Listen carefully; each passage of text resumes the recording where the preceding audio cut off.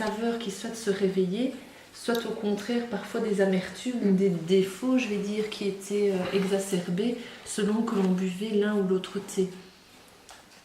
Ça, pour moi, c'était étonnant, je découvrais ça. Je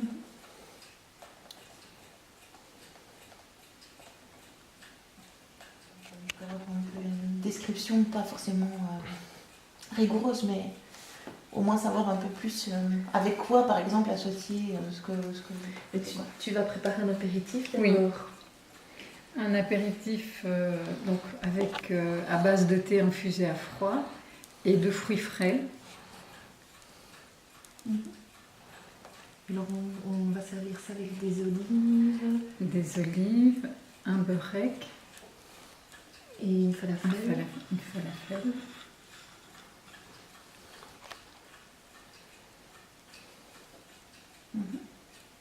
Après c'est l'entrée. Une assiette terre-mer. Oui.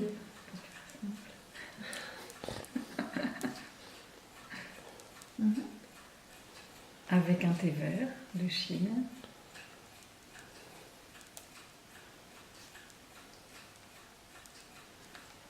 Puis c'est un assortiment de plats mijotés. De viande ou Viande, oui. de quelle viande? Donc on a du bœuf et on a du poulet, hein, c'est ça, Oui. on a choisi finalement. Oui. On a goûté plein de choses. Et là?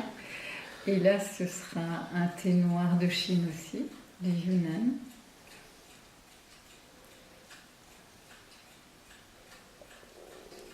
Thé noir mais qui est clair, non?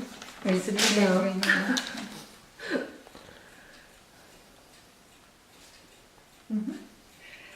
Et puis un dessert, donc un gâteau de chocolat et un dartois aux pommes.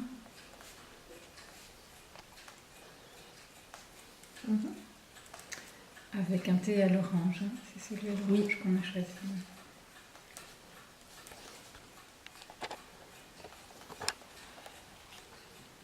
Vous parliez par exemple, ça m'a frappé parce que si j'avoue que j'ai rien fait pour le vin, j'ai surtout aussi un fait pour le fromage. Et donc vous parliez des associations. Tout l'été par exemple se marie avec le fromage ou bien vous faites vraiment des... Alors, il y a vraiment un type de thé en particulier? Tous les thés se marient avec l'un ou l'autre fromage. Enfin non, c'est pas comme ça qu'il faut le dire. Je dirais il y a toujours moyen de trouver un thé qui se marie avec un fromage. Mais tous les thés ne sont pas forcément assortis à tous les fromages. Donc, par exemple, avec des fromages frais,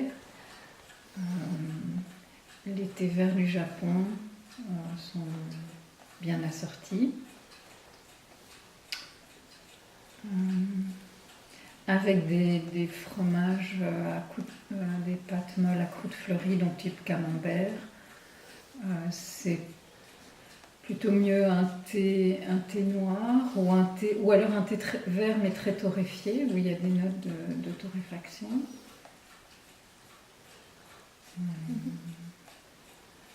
Avec les pâtes dures, c'est plutôt les thés semi-oxydés, les thés oolong. Donc c'est 2-O-L-O-N-G.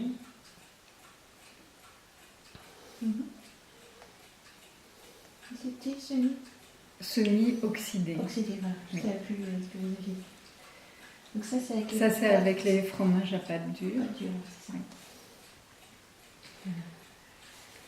Et est-ce qu'il y a une température? Donc à savoir, moi je suis docteur en sciences, j'ai fait ma thèse à l'Institut Jules Bordet, donc j'ai fait de la recherche contre le cancer pendant de nombreuses années, donc c'était quelque chose qui me parlait.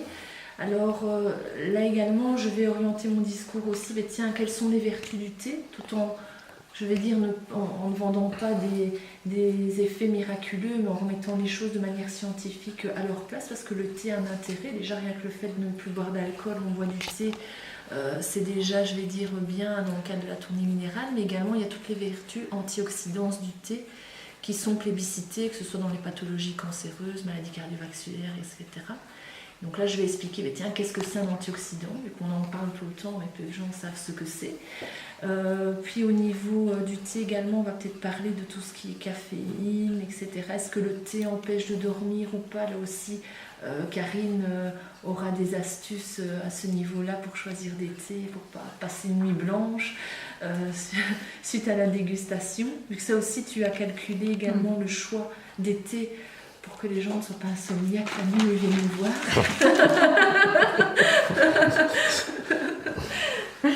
Alors, je vais parler également au niveau de l'absorption en fer, parce que tu as souvent la question, est-ce que le thé empêche d'absorber le fer? Certains disent, tiens, ça peut être déconseillé pendant un repas. On va faire un peu le point au niveau scientifique là-dessus. On va également peut-être parler un peu des températures, etc. Et bien sûr, je dirai un mot sur les pathologies cancéreuses et la tournée minérale. Ça, c'est par rapport à ma première vie, je vais dire, à mon background scientifique. Et vous dites la tournée minérale? Oui. Parce que vous disiez que c'était le point de départ aussi, de trouver une alternative au soda et à l'alcool. Vu que je l'avais faite l'année passée, et je trouvais qu'à part de l'eau, c'était de l'eau au restaurant. Et effectivement, on a parfois, vous aimez le vin, on a parfois envie d'une saveur qui vienne rehausser ce qu'on mange, qui ne doit pas forcément être alcoolisé. Et ça, je trouvais ça vraiment intéressant. Bon, on est bazar des tamis, c'est mon petit garçon malade, donc il trouve la pharmacie ici. Non, le pauvre.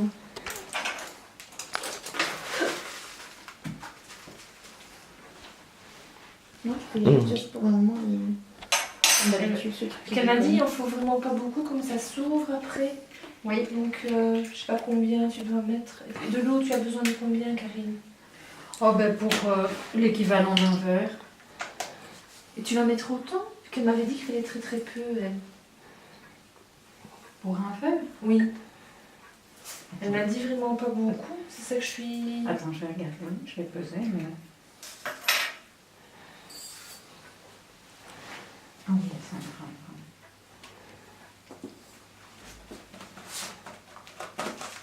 Donc je pense qu'il y a... Ou alors tu mets les 5 grammes et on met plus... On peut mettre plus de verre, hein, Karine? Non, s'il y a assez avec. Hein. Bon, on peut préparer... On peut en boire un chacun, hein, s'ils goûteront également.